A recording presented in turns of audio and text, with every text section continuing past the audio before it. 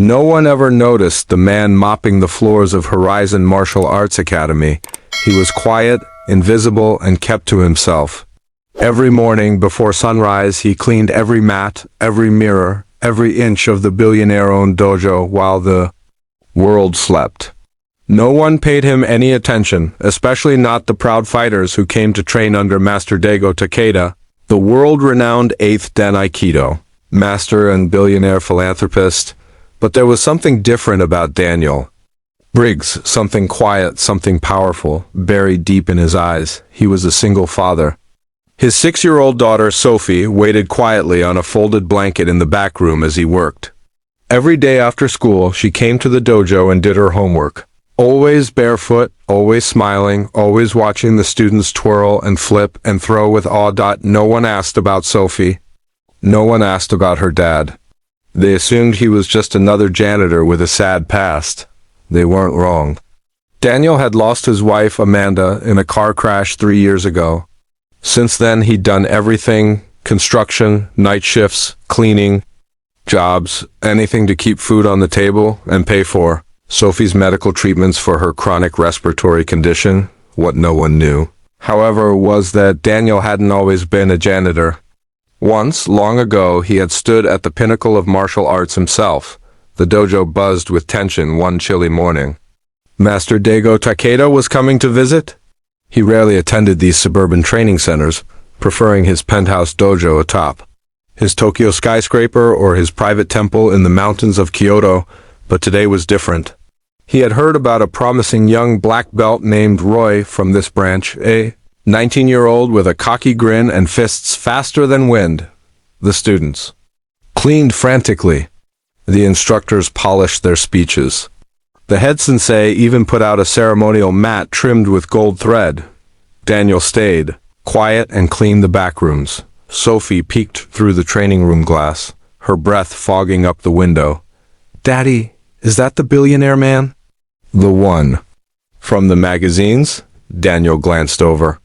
Takeda had just entered, a tall, lean man with salt and pepper hair, dressed in a snow-white gi.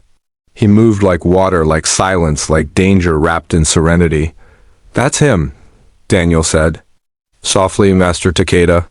Takeda walked to the center of the dojo. His presence commanded attention.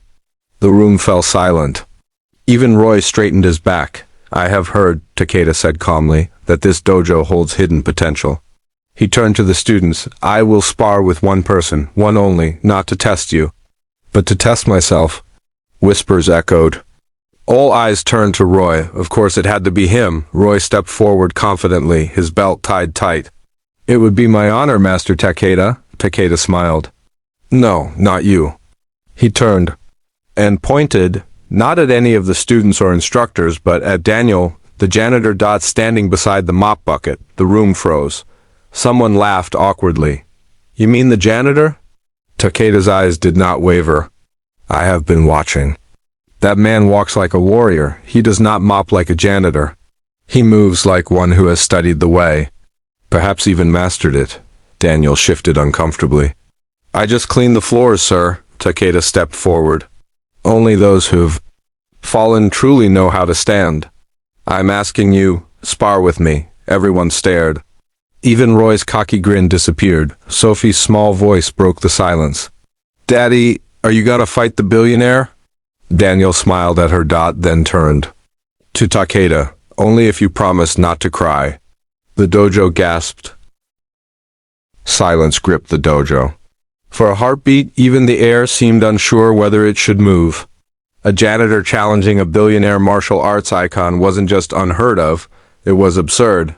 But Takeda's eyes twinkled, not with arrogance but respect. "Interesting," he said quietly. "Let's see what hides beneath your humility." Daniel stepped forward. He removed the plain jacket that had long covered his worn t-shirt and sweatpants. The mop slipped from his hand as he walked calmly to the center of the mat. He didn't bow dramatically.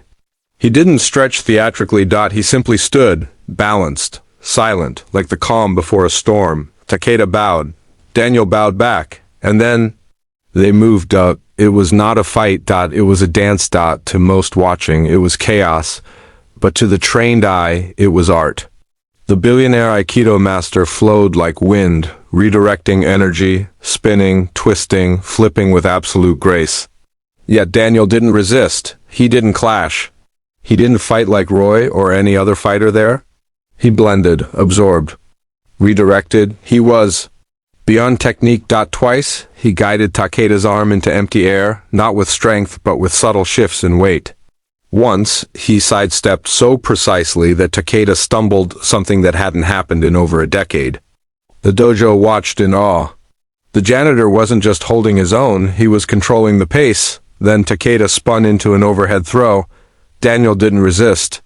Instead, he used the momentum to sweep Takeda's leg mid-rotation, bringing both of them down, but Daniel landed on his feet.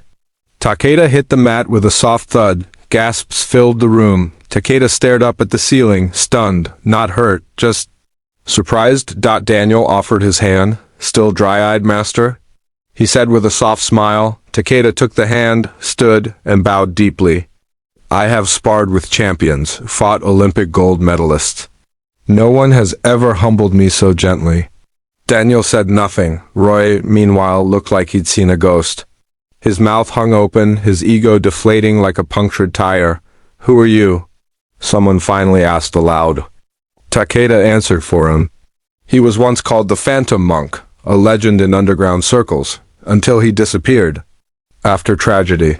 All eyes turned to Daniel. I left the world to raise my daughter, he said softly, looking toward Sophie, who beamed proudly from the back. That's the only title I care about now, Dad. Word of the match spread like wildfire. Takeda invited Daniel to a private dinner at his estate. Sophie was treated like royalty. She even got to pet a lion cub Takeda had rescued from an illegal smuggler ring. Over dinner, Takeda made an offer. I will pay for Sophie's medical treatments. Private schooling, anything you need. All I ask is, return to teaching. We need your heart. Not just your skill, Daniel hesitated. I walked away for a reason. I know, Takeda said gently. But perhaps now the world needs a warrior who understands pain. More than it needs another undefeated fighter. Months passed, Daniel became head instructor at the dojo. But he didn't wear a black belt. He wore gray, not as a symbol of weakness, but of balance. Of shadows and light. Of real life. Roy became his most devoted student. Sophie's breathing improved with better care. She grew stronger and cheekier. Sometimes she'd shout from the sidelines, Dad, flip that guy like a pancake. Daniel always laughed. One evening, after a class, Takeda visited the dojo again. He brought cameras this time. A documentary crew. I want to tell your story, he said. The janitor who beat the billionaire. The father who fought for his daughter, not a trophy. Daniel looked at his daughter, twirling barefoot near the mats, then back at the billionaire. You can tell it, he said with a smile, but only if you promise not to cry. Takeda chuckled, eyes wet. No promises.